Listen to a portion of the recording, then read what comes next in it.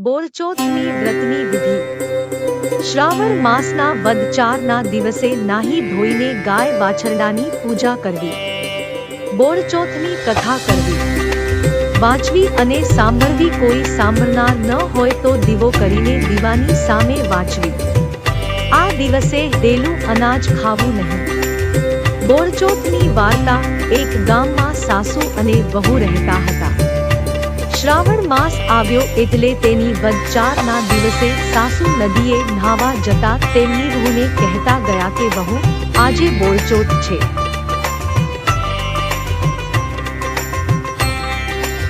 માટે હું નદીએ નહાવા જાઉં છું।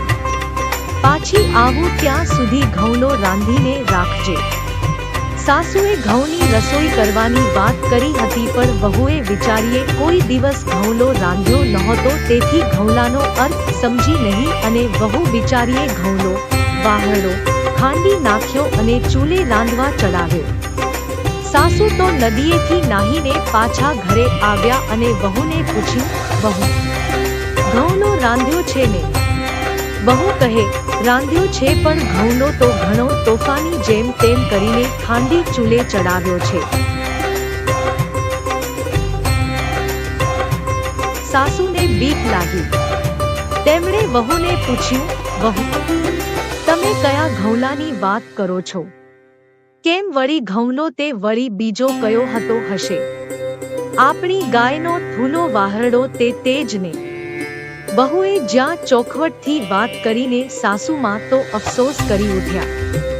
વહુ, તમે એમ કરો, આ હાંડલું ઉકરડે જઈ દાટી આવો। સાસુજીના કહેવાથી વહુ તો ઘઉંનો રાંધેલું હાંડલું ઉકરડે જઈ દાટી આવી। સાસુ વહુ તો ઘરના દરવાજા બંધ કરી બેસી ગયા। આ બાજુ વાછરડાની માં ગાય સવારથી ગામને પાદર ચરવા ગયેલી પાછી આવી અને એને ખબર પડી કે મારું બાળ ઘઉંનો મરણ પામ્યો છે અને તેને ઉકરડામાં દાટવામાં આવ્યો છે।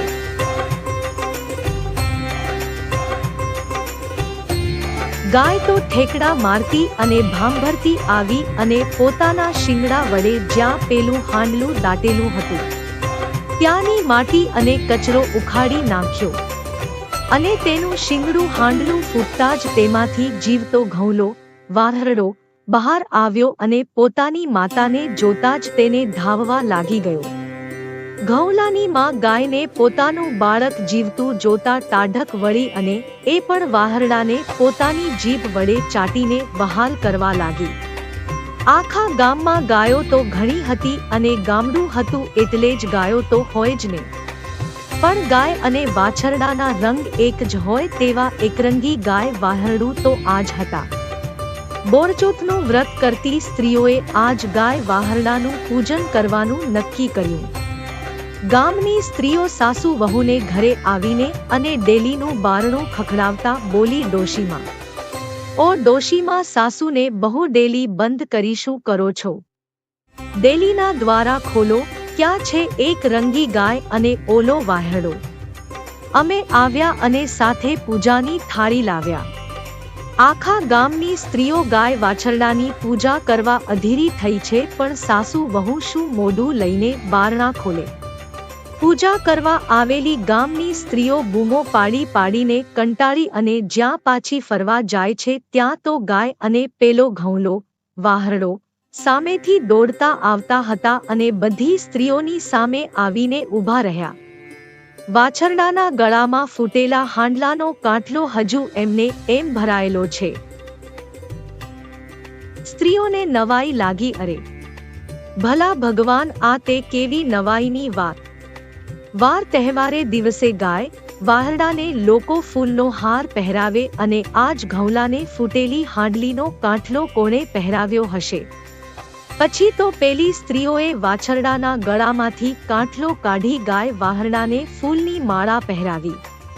કંકુનો ચાલ્લો કરી ચોખા ચોડ્યા, આરતી ઉતારી બધી સ્ત્રીઓ વાહરડાને ફૂલની માળા પહેરાવા લાગી।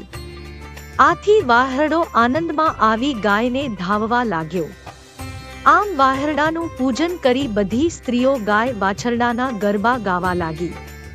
અંદર ઘરમાં પુરાઈ રહેલા સાસુ વહુ ગરબાનો અવાજ સાંભળી વિચારવા લાગ્યા કે વાહરડો ઘઉં લો તો છે નહીં ને આ ગરબા કેમ ગવાય છે? બંનેએ ઊભા થઈને બારણાની તિરાડમાંથી જોયું તો ગાય ઊભી છે અને ઘઉંનો થઈ થઈ કરતો આનંદથી ધાવી રહ્યો છે. સાસુને તો નવાઈ લાગી. તેમને લાગ્યું કે હવે બારણા ખોલવામાં કોઈ વાંધો નથી. સાસુ વહુ બારણું ખોલી બહાર આવ્યા અને ગાય તથા ઘઉંલાની પૂજા કરી અને બે હાથ જોડીને કહ્યું, બહેનો, તમારા બધાના વ્રતના પ્રભાવથી જ મારો ઘઉંલો સજીવન થયો છે. ત્યારે પેલી સ્ત્રીઓમાંથી એક બોલી, માજી, શાસ્ત્રોમાં લખ્યું છે કે ગાયમાતાના શરીરમાં 33 કરોડ દેવતાઓનો વાસ છે, એટલે ગાયમાતાનું વ્રત કરનારની મનોકામના અવશ્ય પરિપૂર્ણ થાય છે.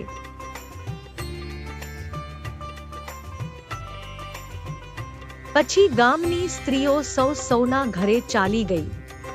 બધાના ગયા પછી સાસુ વહુ ગાય વાછરડાના શરીરે પંપાળવા લાગ્યા. આજે તેમના આનંદનો કોઈ પાર નહોતો.